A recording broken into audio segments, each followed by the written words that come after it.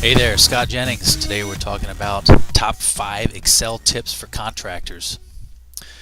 So the first one we're going to talk about, if you follow along with the article, is find and replace. So if you look here, we have a series of data from A1 down to, let's see, G15. And the first one is find and replace. So if we have a group of data which has, say, footing drain, see footing drain is here, here, it's in 25 different locations, but you want everywhere in here for, instead of this to say footing drain, you want it to say footer drain. Here's a quick way to do it. Select all the data, like I did here, go over to the right, find and select, right over here, click on that, and click on replace. And I want to replace, I want to find footing drain, and I want to replace with footer drain. This is what I want. Love it. Hit replace all. We made 25 replacements. I hit OK. Close out of here. Footer drain, footer drain, footer drain. Let's see, the second one is and versus at concatenate. So if we have two pieces of data in two cells and we want to combine them, there's a couple different ways to do it. A lot of people do it this way. So say you have 42 and J here, but you wanted to create a cell with 42 and J together. We go over here to H1 and we hit at concatenate, and then we click on A1, comma, click on B1, and then put an end parenthesis. Done. It combined them 42J. There's another way to do it. You can use the and sign. So instead of doing it this way, go here to the next cell over for sake of example. Click here, hit plus, click on A1, hit the and sign, and then click on B1. Hit return or enter. Same thing, right? What if you wanted to put a space in there? So say this was a quantity, and this was maybe a unit of measure. Maybe it was 42 square feet. So let's put a space in here. Go to here to J1, and I will hit at concatenate.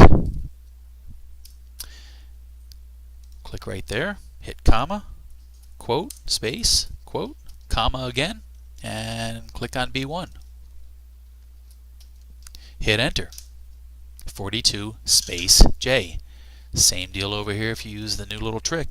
We go plus, we go A1, then we hit and, space, and B1. Hit return or enter. Same thing. Two different ways to do the same thing. Okay, Alt plus equal sign. See this random set of data I put here? A lot of people will go at sum, then they have to go parenthesis, then they have to go and they have to select all these cells, and then they have to hit enter. And that works great. Let's try another way. Delete this out. Just moseying along through my data here. I want the summation of all this information here, all these numbers here. I click on the box, Alt, equals, enter, done. Same deal, that's a quicker way to do it.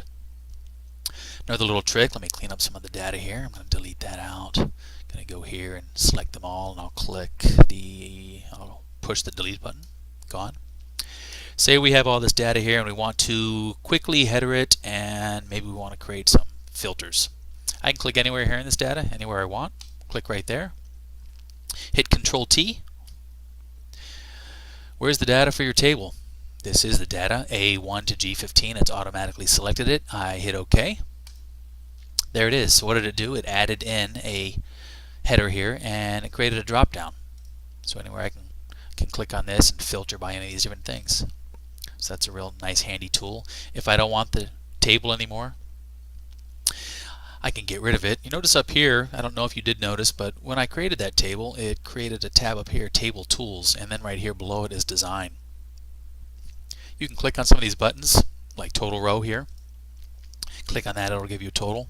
That can be kind of handy. If I wanted to get out of here and just go back to, just a standard range of data, I don't want this table anymore, I can go back here to Convert to Range. Once I click here, do you want to convert the table to a normal range? Yes, I do. Everything just went back to normal. I don't want this header anymore, so I can right click on that number 1 over here on the left, and I hit delete. It's gone, and I don't want any of this anymore. The blue and white. Just select the data, and I can now fill it with no fill right here. clicked on this button here, went down here to no fill.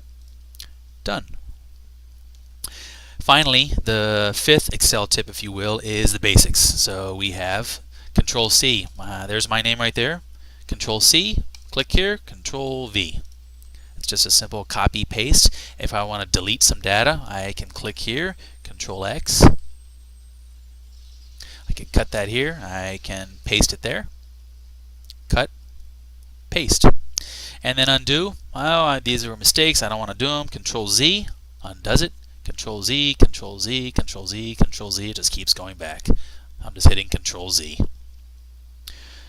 My story with all those, hey, I got no problem walking up to someone at a bar, with a beer in hand, mine and or his or hers, and talk about Excel all night. It's just fun for me. But more specifically to the list that I just presented above, that was 5 simple little tips. And as I travel the country, I see a whole bunch of clients that I help with different things. But I notice that when we pop in Excel, I pull these little tricks, if you will, and a lot of times people haven't seen them. So these are kind of the top 5 things that people haven't seen before, and they can be somewhat life-changing to these guys, as they were to me when I learned them for the first time as well. So hope this was helpful. Work safe.